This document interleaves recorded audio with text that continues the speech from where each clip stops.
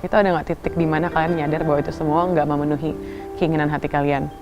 Lu dulu kali ya. Kalau aku ada sih satu momen yang bikin aku juga akhirnya ngalamin perjumpaan dengan Tuhan, di mana waktu itu aku beli sepatu baru dan teman-teman aku kayak bilang kayak, "Wih, sepatu baru tuh habis jual berapa banyak narkoba," gitu. Di situ emang aku akuin aku emang di situ aku jual gitu kan. Tapi kayak aku nggak pernah hasil jualan terus kayak beli barang segala macem. Kayak pasti aku bakal untuk dosis narkobanya itu sendiri gitu kan.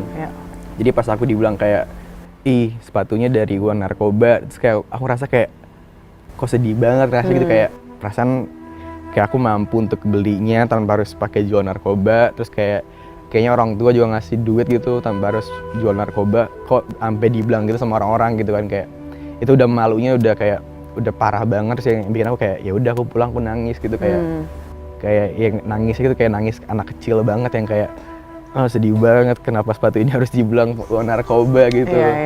Itu sih momen yang paling aku malu banget gitu, ngerasa kayak ini semua udah harus kelar gitu. Kayak identitas kamu seolah-olah ada di situ gitu, bahwa ini saya penjual narkoba, itu identitas saya. Itu yang membuat kamu hancur, ngerasa kayak nggak berharga banget. Sangat nggak berharga dan malunya minta ampun. Dan itu yang membuat kamu hancur banget ya. Jadi bisa dibilang titik terendah kamu adalah di saat kamu sadar bahwa orang udah label kamu sebagai pemakai nih. Bahkan barang yang kamu beli aja orang langsung labelnya, oh tuh dibeli dari hasil yang nggak benar gitu. Nah kalau kamu pribadi gimana nih Jonet? Apakah titik terendah kamu juga pernah kamu alami? Ya pernah, kebetulan kita kan di sekolah yang sama waktu SMA. Jadi label-label yang istilahnya label yang ke anak bandel di sekolah kita kurang lebih seperti itulah yang tadi sudah si Vijay sebutin. Nah ditambah aku pada waktu itu butuh afeksi kan, butuh kasih, butuh penerimaan, butuh didengar, dimengerti. Punya teman juga udah yang istilahnya kalau kita mau ngomong punya dampak, tapi emang dampak yang ke arah yang tidak baik pada waktu itu gitu. Dan kalau aku boleh ambil kesimpulan dari kalian berdua, sebenarnya intinya kalian berdua sama-sama butuh kasih gitu, sama-sama butuh dicintai, tapi bukan cinta yang semu gitu. Karena kan kalau dari teman-teman, dari narkoba, mungkin for a few moments kalian ngerasa bisa diterima. Kalian for a few moments ngerasa kayak, oh aku berharga nih gitu. Dan lupa sama apa yang sebenarnya ada di realita gitu. Iya. Tapi akhirnya setelah efeknya udah hilang, setelah efek narkoba udah nggak ada, ngerasa sedih lagi, ngerasa galau lagi, ngerasa nggak berharga lagi. Dan sampai kalian di titik dimana, oke, aku pengen berubah nih gitu. Ada nggak sih, maksudnya di saat pengen berubah itu kalian ngerasa kayaknya nggak bisa deh. Walaupun pengen berubah, kayaknya ini udah this is my destiny gitu. Kayaknya ini akhir cerita aku bakal terus-terusan kayak gini. Pernah nggak ngerasa gitu? Pernah sih, maksudnya nggak tahu identitas, bikin kita nggak tahu tujuan, bikin kita nggak tahu apa yang harus dilakukan gitu kan. Jadi benar-benar mau sekolah juga nggak niat, mau bimbel nggak niat, mau pacaran juga males gitu. Akhirnya ya melakukan hal-hal yang habitual itu aja yang pada waktu itu jadi kebiasaan yang tidak baik. Dan jadi benar-benar nggak tahu kalau apakah masuk ke perguruan tinggi itu layak nggak sih gue buat kesana, atau misalnya apa langsung bisnis aja ya habis lulus SMA gitu. Tapi mau jadi apaan habis itu ntar emang gimana? Nggak tujuan hidup lah istilahnya. Iya, dan nggak punya sosok yang bisa benar-benar bantu ngeliatin jalan gitu loh. Mana saya harus menempuh langkah per langkah itu sesuai dengan tujuannya gimana. Gitu. Jadi pengen tapi juga ada pesimis, ada merasa tidak layaknya untuk bermimpi selayaknya teman-teman yang lain yang udah kelihatannya lu mah masa depan lu udah cerah, lo aja ranking 1 gitu loh. Saya ranking kan ya 3 dari belakang gitu kan, duduknya sebelahan semua. Ya jadinya berkumpul dengan yang sama dan belum ada yang menemukan jalan keluar pada waktu itu.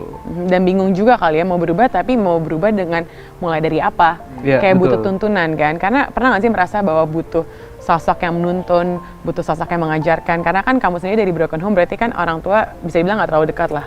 Jadi role orang tua yang biasanya mengajari anak, menuntun itu kamu nggak rasain waktu itu? Iya, sangat butuh sih tuntunan. Cuman pas dulu bahkan tuh kayaknya saking butuhnya tuntunan tuh, ketika ada satu orang yang lebih tua atau lebih confident sama apa yang jadi pola pemikiran dia, itu pasti kayak aku bakal nurut banget gitu. Misalnya kayak dulu kan kita satu SMA dan Jonat adalah kakak kelas aku gitu kan. Dan ketika Jonat confidence dengan narkobanya gitu, kayak wah ini lihat keren segala macem. Aku tuh yang kayak ngikut gitu, kayak wah ini orang keren. Jadi role model kamu. Iya, jadi kayak saking butuhnya role model, role model yang jelek pun jadi aku pakai gitu. Iya. Saking butuhnya gitu seseorang yang jadi panutan. Iya, jadi negatifnya di saat role model kamu nggak benar, kamu jadi ikutan Iya, nggak benar benar. gitu. Jadi sebenarnya role model itu punya dampak yang besar banget ya. Sangat. Bisa dibilang kayak di saat kamu lagi umur muda gini, siapa yang jadi contoh tuh sangat-sangat penting. Nah, sekarang aku mau mulai nih mengingatkan kalian tentang memori Kak Radit nih, karena kan bisa dibilang Kak Radit itu jadi sosok role model kalian ya. Dan aku pun sebagai sebagai salah satu anak mentornya juga ngerasa dia mentor yang luar biasa banget. Ya. Nah, di saat kamu bertemu Kak Radit saat itu, kamu berarti bertemu di saat kamu lagi masih jatuh di situ ya, masih down, dan dia menerima kamu apa adanya. Itu gimana first impression kamu pas ketemu Kak Radit? Di situ aku datang ke Bang Radit ngomong kayak, Bang, gue gini-gini segala macam, gue masih suka pakai narkoba, gue nggak tahu nih gue harus ngapain, kayak gue nggak tahu, gue nggak punya Tuhan, gue nggak punya apa-apa nih Bang, segala macam. Terus kayak, dan di situ Kak Radit kayak apa ya, benar-benar datang tuh dia kayak baik banget, dan dia nawarin dirinya sebagai kayak, ayo Jap, mau nggak kalau gue tuntun lo, kalau gue mau jadi mentor lo segala macam. Ya di situ aku langsung rasa kayak, ya mau banget lah gitu, kayak ini orang udah baik banget dari awal gitu, kayak bahkan dia nggak ada ngejat sama sekali, kayak aku kasih tahu aku narkoba segala macam, dan dia tetap kayak terima aku apa adanya. Itu ya yang dari awal yang bikin aku kayak, oke, aku pengen nih diajar sama nih orang gitu sih. Apalagi at that time kamu belum sempurna, jadi istilahnya dia menerima kamu di saat kamu belum sempurna, bukan sempurna dulu baru diterima. Bener. Gitu. Dan saat itu juga kamu keadaannya mirip ya sama Vijap ya.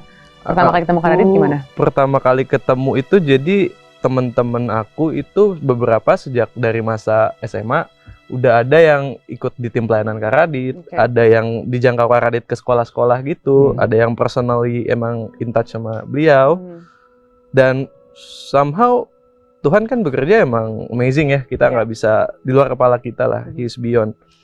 Semuanya itu kayak ngerangkul aku yang emang udah rapuh dan gelap dan gak ada yang mau nyentuh gitu loh. Pada waktu itu awalnya aku masih menganggapnya sebagai acquaintance gitu loh. Jadi relasi gitulah, kayak apa sih ini orang, masih ada sengaknya kan. Ya, masih ada sengaknya, masih ada merasa diri itu prideful gitu. Tapi sering berjalan waktu, ini orang bukan cuma temenan gua sama gua, bukan cuma baik sama gua, tapi dia sayang sama aku gitu. Tapi dia peduli sama aku. Dan bentuk pedulinya bukan supaya dia dipeduliin balik. Kak Radit melakukan hal yang beda dengan menyayangi aku tanpa berharap aku akan membalas dengan bentuk apapun gitu. Unconditional love. Dan itu sangat terjadi dengan intensitas yang terus menerus. Berarti mungkin kalau sekali dua kali kan topeng apa gitu, pura-pura pencitraan. Tapi benar-benar terus menerus, dan bahkan di ruang yang ini bukan di gereja, ini bukan di mall. Dia bukan lagi jadi public figure di situ. Ini lagi personally berdua di mobil, berdua lagi di depan TV main PS. He's still doing the same thing. Itu yang benar-benar menunjukkan bahwa pasti role model punya role model. Pasti Bang Radit melihat kasih itu dari sesuatu atau sosok yang lain. Nah, itulah akhirnya menjadi satu awareness yang aku bangun setiap hari untuk apa sih yang Kak Radit lihat sebenarnya. Gitu. Kok bisa sih sampai mengasihi segitunya gitu. So, kalau Bang Radit itu di setiap momen dia ada gitu. Kayak bahkan dari hal masalah selingkuh, pacaran segala macam, masalah kuliah segala macam, dia tuh ada, dan dia nyatain kalau gue beneran sayang sama lo Jep, gue beneran ada buat lo gitu. Dan ketika ada orang ngomong kayak, oke, gue 24/7 buat lo ya, sampai hari ini aku belum pernah nemuin 24/7 yang sebang Radit. Kayak dia di WhatsApp jam berapapun, kalau emang dia masih bangun dia balas, bahkan dia telepon. Jam berapapun dia mau dikunjungi rumahnya, kita bisa datang, dan bahkan pintu rumahnya pun nggak dikunci gitu. Kayak seberani itu untuk apa ya, ngasih hidupnya buat seseorang gitu. Dan dia selalu ngomong kalau lagi teaching segala macem, gimana caranya kita hidup sebagai modelnya Tuhan Yesus. Kalau dunia ini sebagai toko baju, kita harus jadi patung-patung dari baju-baju itu. Dan Bang Radit beneran refleksiin apa yang Yesus lakuin dalam hidupnya gitu. Dan dia kasih itu ke semua orang, dan itu yang bikin aku kayak, wah, kayak respect gitu, kayak, men, susah banget ini orang kayak gini. Dan Nah tadi di video tadi kamu sempat bilang, thank you Bang udah mau percayain dengerin cerita gue gitu. Emang cerita apa sih yang kamu bagiin ke Kak Radit? Basic sih tentang keluarga aku, gimana aku punya kebencian sama papa sama mama segala macem. Di video itu tuh aku masih ingat banget, aku nemenin dia pelayanan di Bojonegoro dan dia kan suka iseng ya kalau lagi khotbah, suka manggil anak rohaninya tanpa ada briefingan. Jadi ya dia manggil aku untuk naik ke mimbar untuk ceritain. Tiba-tiba aja, dan itu kayak di situ kayak aku merasa kayak masih banyak jatuh segala macem, tapi dia mau percayain aku untuk ceritain.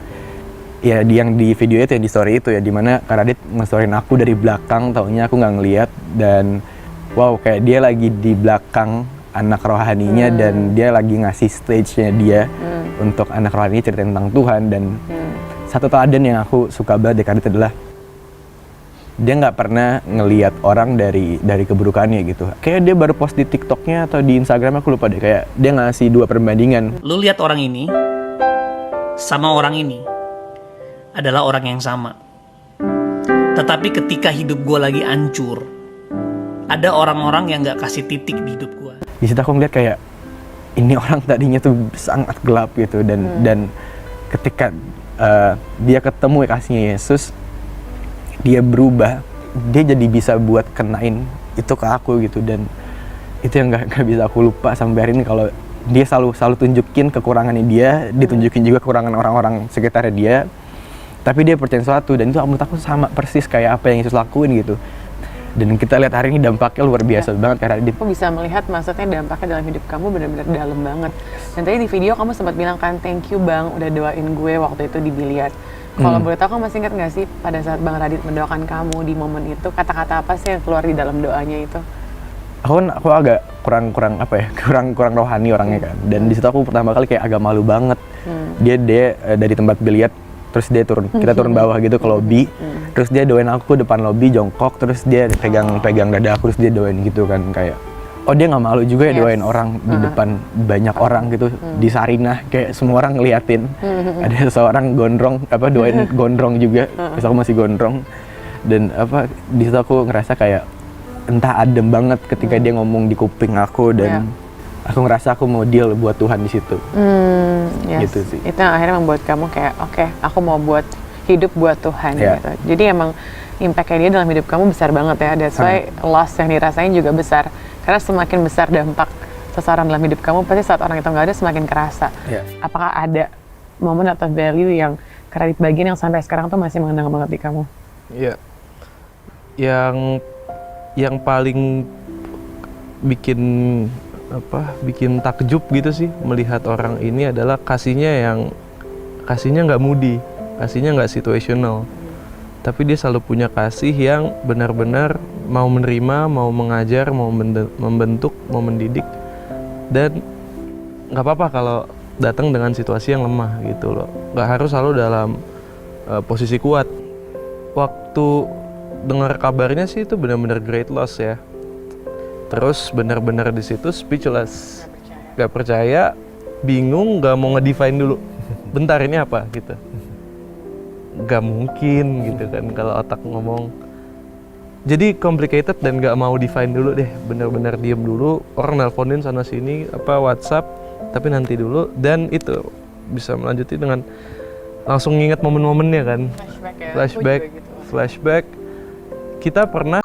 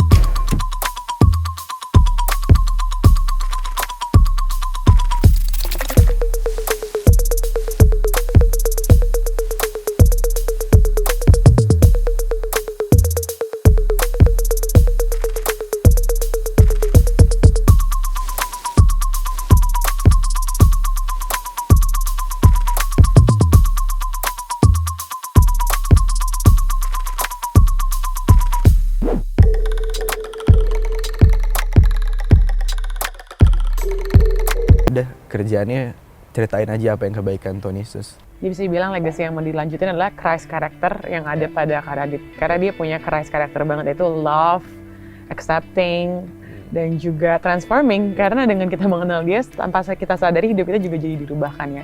Dan aku yakin dia bisa seperti itu karena dia udah mengalami kasih Yesus. Kalau dia nggak ngalamin kasih Yesus, pastinya dia nggak mungkin bisa mengasihi